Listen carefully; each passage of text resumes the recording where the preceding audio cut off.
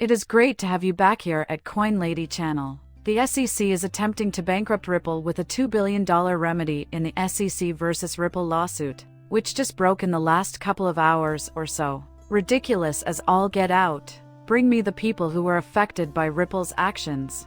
Who can locate one? Is the unicorn hiding somewhere? The 75,000 XRP holders who were represented by attorney John Deaton denied it. According to my observations, no, none of US were hurt.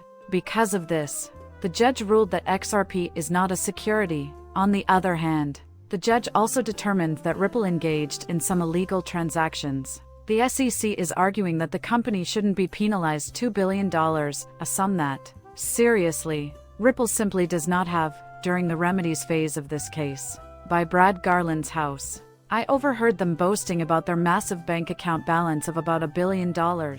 They are requesting twice that amount. The business would collapse as a result of this. Does that mean it will happen now? Sure, we'll be discussing it. She has heard from a number of Ripple executives, including the company's co-founder, and a veteran SEC attorney about what's likely to happen here. But their predictions are totally absurd. But before we get any further, let me be clear, I am not providing financial advice and have zero experience in the field. Simply so you know, I'm simply an enthusiast that enjoys making amusing YouTube videos about crypto-related things. Please don't buy or sell anything based on what I say. Okay, so I posted a video earlier today, more than 12 hours ago, to let everyone know that the SEC and Ripple are meeting today. In this article from Daily Coin, that is what is referenced under the screen. And the point was to go over the latest developments with the remedies part of the case. To be honest, I didn't think we would see anything today. I was certain that we could. As you can see on this screen here, the SEC is required to produce a redacted version of its opening brief regarding remedies by March 26, 2024. However, I was hoping that by tomorrow, we would have made more progress. Thus, I reasoned, oh, I see.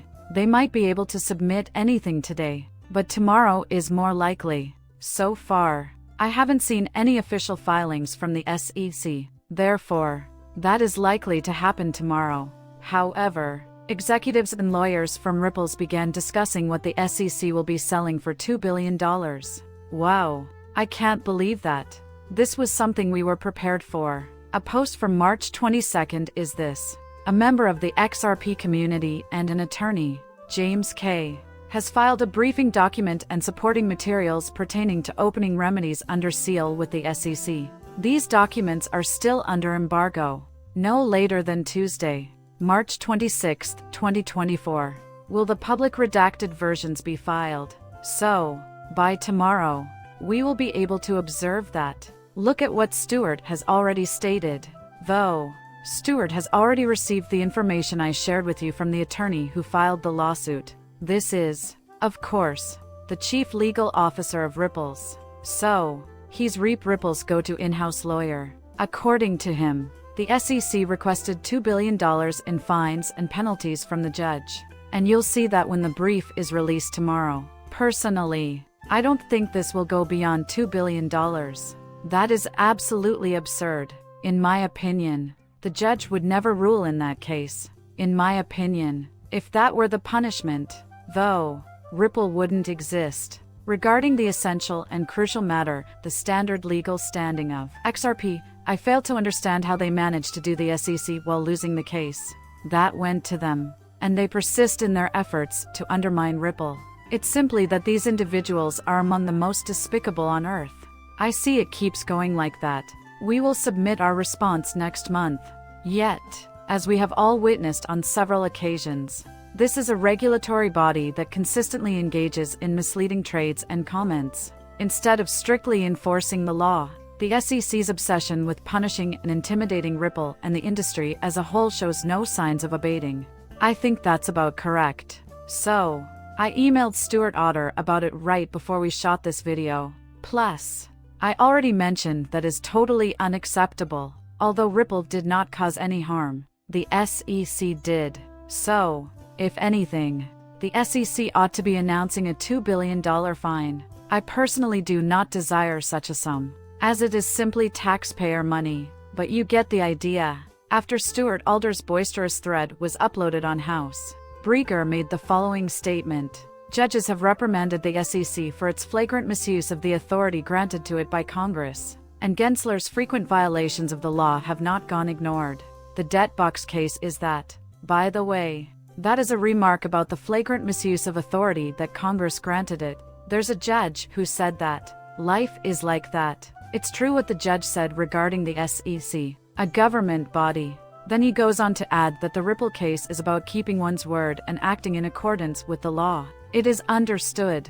Additionally, SP fraud is not being adequately addressed. That is pretty cool, right? With his help, they can take on Ripple and even Kim Kardashian. You know, regarding the sponsored ad for MS WordCoin, when she said it wasn't sponsored but would still rather have 7 figures.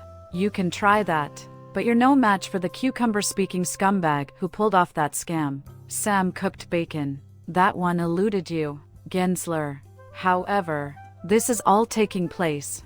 I find it insulting. After that, Brad reveals that the SEC intends to request $2 billion from the judge in a case that does not even include accusations, much less findings of carelessness or fraud. This has never been done before.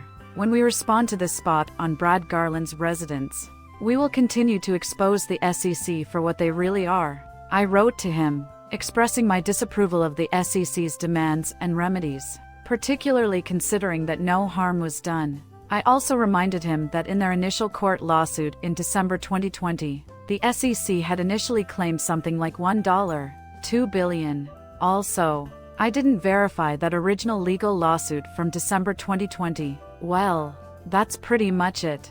At least $2 billion, and probably $3 billion. What gave them the idea to increase it to $2 billion after their main point about XRP's legal standing was rejected? It was twice as much. Then, well, things didn't work out. I suppose we'll increase the blah blah blah blah blah blah blah by half. Ha! What a sleazy bunch of people.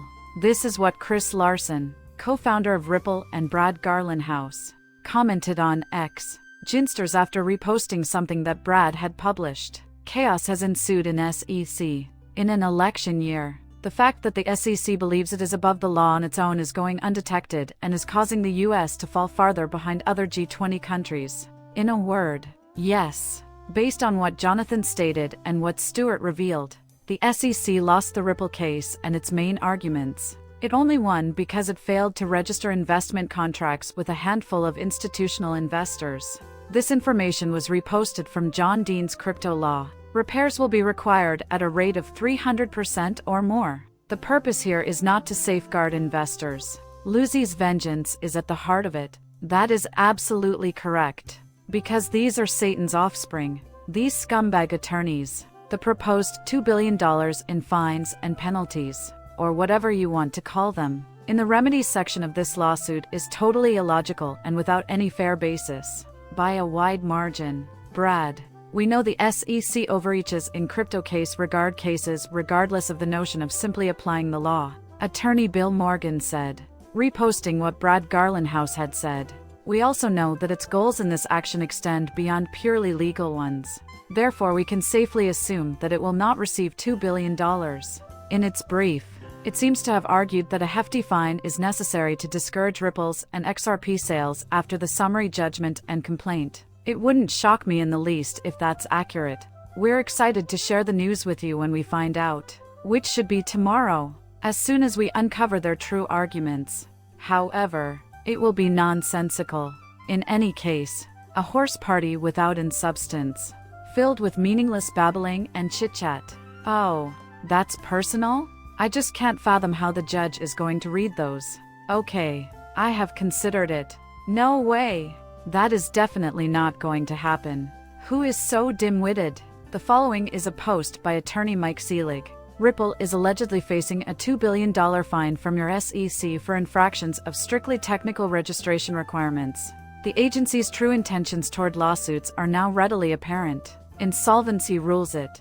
Very much so. Their goal is to bring Ripple to its knees financially. We're aiming for that. They are doing precisely that. Right now, their goal is to succeed, but I don't see it happening. since that is the intended outcome of this. That was the end of their existence. A member of the XRP community named Wrath of Kahneman tagged Mark Fagel, a former SEC attorney, and said, "Excuse me, sir. What are your thoughts on this? What do you think? Therefore, just another ordinary road. Good day, Mark. I have a brief inquiry regarding the federal government. In the Ripple case, the SEC reportedly wants a $2 billion verdict. Is this merely a proposal for a straight-up $2 billion in fine-tuning? On the other hand, is that figure a warning with a punitive undertone? I am grateful." The attorney from Facultet promptly responded, stating that he has not yet reviewed the brief. Legally sanctioned sales to institutions must surely be a part of it. $700. $0 million plus penalty equal to 1 to 2 times the amount plus prejudgment interest. Nothing will come close to it. Even though he was a former SEC attorney, Fox was mistaken to publicly criticize Ripple and to assume that the company would do poorly in this lawsuit. Yeah, even he'll admit that the SEC won't achieve their goal in this situation. I also fail to understand how they manage it. Consider Judge Torres's actions in this case, repeatedly bringing the proceedings to a halt in the Supreme Court. Well, that concludes our video. As always, I'd appreciate it if you could subscribe and leave a comment with your opinions. Muchas gracias.